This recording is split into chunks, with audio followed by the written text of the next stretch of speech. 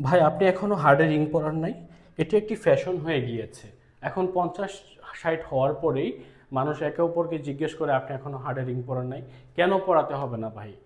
আপনি দেখেন আগেরকার মানুষ কিন্তু কায়িক পরিশ্রম করত। শরীর থেকে ঘাম ঝরাতো। সকালে বের হয়ে যেত, কায়িক পরিশ্রম করত, পেট ভরে ভাত খেত, রাতে ঘুমাতো, ভালো ঘুম হতো। ঠিক আছে? এখন কিন্তু মানুষ কায়িক পরিশ্রম করে না, এই জন্য ঘুমেরও সমস্যা হচ্ছে। আপনি যদি কায়িক পরিশ্রম করেন, শরীর একটু হাঁটেন, শরীর থেকে ঘাম ঝরান, আপনার কিন্তু ফ্রেশ একটা ঘুম হবে, আপনার টেনশনও কমবে। এক্সারসাইজ কিন্তু টেনশনও কমায়, শুধুমাত্র আপনার যে ব্যথা কমায় তা না।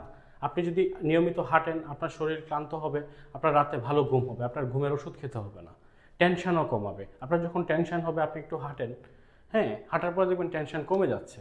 সো আমরা যদি একটু সচেতন না হই তাহলে আমরা এখন ভালো থাকতে পারবো না। আগেরকার মানুষদের কিন্তু হার্ডে রিং পরাতে হয়নি, কারণ ওনারা কায়িক পরিশ্রম করতো। আপনার সময় নেই, ঠিক আছে, আপনি ঘরে স্পট রানিং করেন, এরকমভাবে আপনি প্রতিদিন 1 ঘন্টা আধা ঘন্টা স্পট রানিং করেন, ঠিক আছে? তাহলে আপনার সমস্যা কোথায়? আপনার তো বাইরে যেতে হবে না, ঠিক আছে? আপনার সময় নিয়ে আপনি ফিল্ডে দৌড়াতে পারেন না, হাঁটতে পারেন না, আপনি ঘরে এক্সারসাইজ করেন। আমি যে এক্সারসাইজগুলো দেখাই এগুলোর কোনো সাইড এফেক্ট নেই, আপনি ঘরে ট্রাই করতে পারেন, আমি তো ঘরে ভিডিও বানাই।